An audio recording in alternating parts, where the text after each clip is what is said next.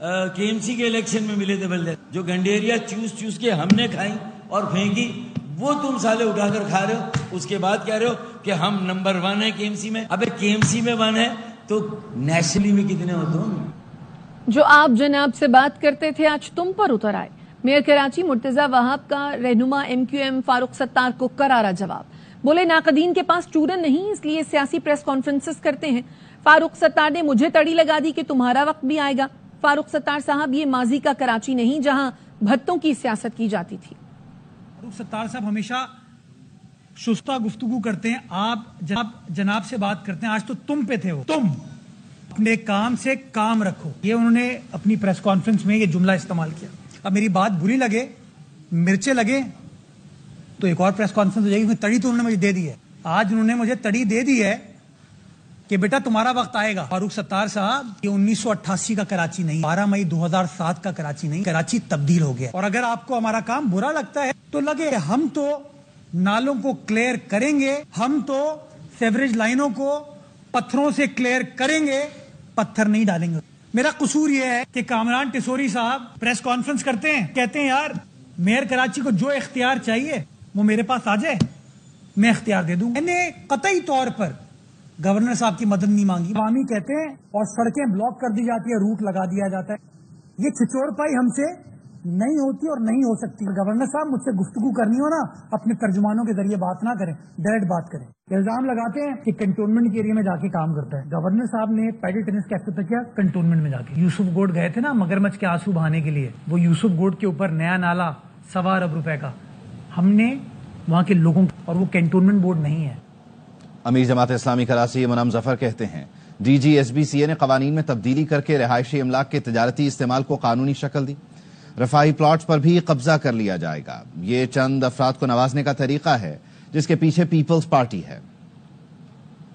یہ شہر اس وقت کھنڈر بنا ہوا ہے، شہر کا حال بیان سے باہر ہے۔ سندھ بلڈنگ کنٹرول اتھارٹی کے DG صاحب نے 13 مارچ کو نوٹیفیکیشن کے ذریعے سندھ بلڈنگ کنٹرول اتھارٹی کے لاز کے اندر تبدیلی کی ہے، رہائشی املاک کے تجارتی استعمال کو قانونی شکل دی گئی ہے۔ لوگوں کے لیے چلنے پھرنے کی جگہ میسر نہیں ہے۔ آپ نے صحت، ایجوکیشن اور ویلفیئر کے لیے ایمنٹی کو بھی خارج کر دیا گیا ہے تاکہ ان ایمنٹی پلاٹس پر بھی جو ہے وہ قبضہ کر لیا جائے۔ جماعت اسلامی اس کے خلاف عدالت سے رجوع کرے گی، وکلا سے مشاورت کر رہے ہیں، سندھ ہائی کورٹ میں کیس دائر کیا جائے گا۔ یہ قانون دراصل چند افراد کو نوازنے کا طریقہ ہے، اس کے پیچھے پیپلز پارٹی موجود ہے۔ ہر سطح پہ اس کی مخالفت کریں گے، عوامی جدوجہد کے ذریعے اس قانون کو واپس لینے پر مجبور کریں گے۔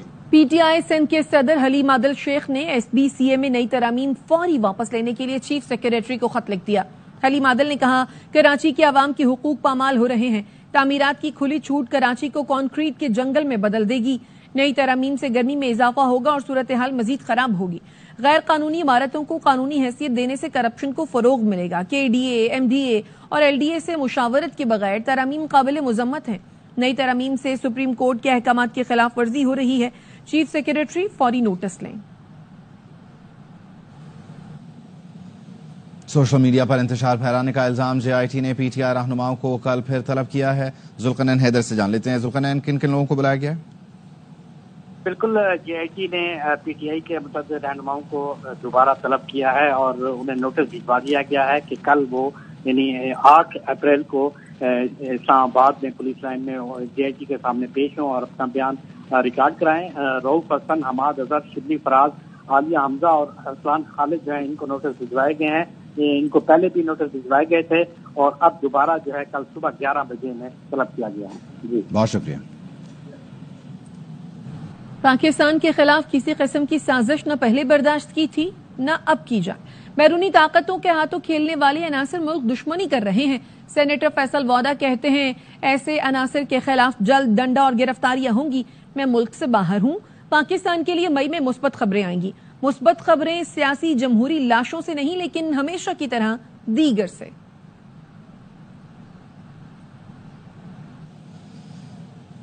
دہشت گردی کنٹرول کرنا پارلیمان کا کام ہے، عدالت کا نہیں۔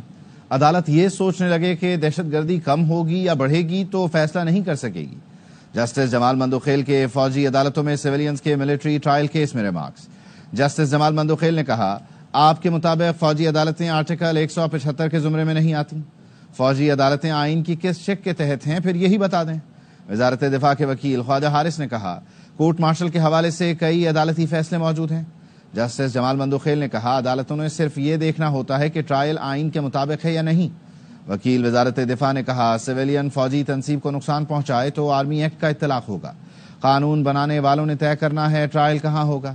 آرمی ایکٹ کے تحت آرمڈ فورسز خود بھی سویلین کی گرفتاری کر سکتی ہیں۔ سپریم کورٹ میں سماعت کل تک ملتوی کر دی گئی۔ واپس آئیں گے اس بریک کے بعد، ہمارے ساتھ رہیے۔ Welcome back. کراچی میں پیکا ایکٹ اور کال سینٹر فراڈ کیس میں گرفتار صحافی فرحان ملک کو ضمانت ملنے پر رہا کر دیا گیا۔ سٹی کورٹ کی ڈسٹرکٹ اینڈ سیشن جج ایسٹ کی عدالت نے پیکا ایکٹ میں فرحان ملک کی درخواست ضمانت منظور کی، 1 لاکھ روپے کے مچلکے جمع کرانے کا حکم دیا۔ کال سینٹر فراڈ کیس میں بھی ان کی ضمانت 1 لاکھ روپے کے مچلکے کے عوض منظور کر لی گئی۔ فرحان ملک کے وکیل نے کہا اسکرین شاٹ پر پیکا ایکٹ کا مقدمہ نہیں بنتا، 6 ماہ گزرنے کے باوجود ثبوت نہیں دیا گیا۔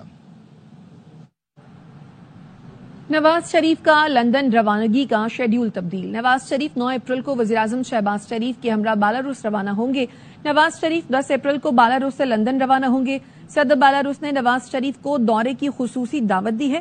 شریف میڈیکل سٹی میں نواز شریف کا معمول کا طبی معائنہ ہوا۔ ڈاکٹرز نے نواز شریف کی صحت کو تسلی بخش قرار دیا ہے۔ ملیے کراچی کی رابعہ سے جو میٹرک کی طالبہ ہیں لیکن اپنے ہنر سے تمام معاشرتی قدغنوں کو توڑ کر دنیا میں اپنا نام بنا رہی ہیں۔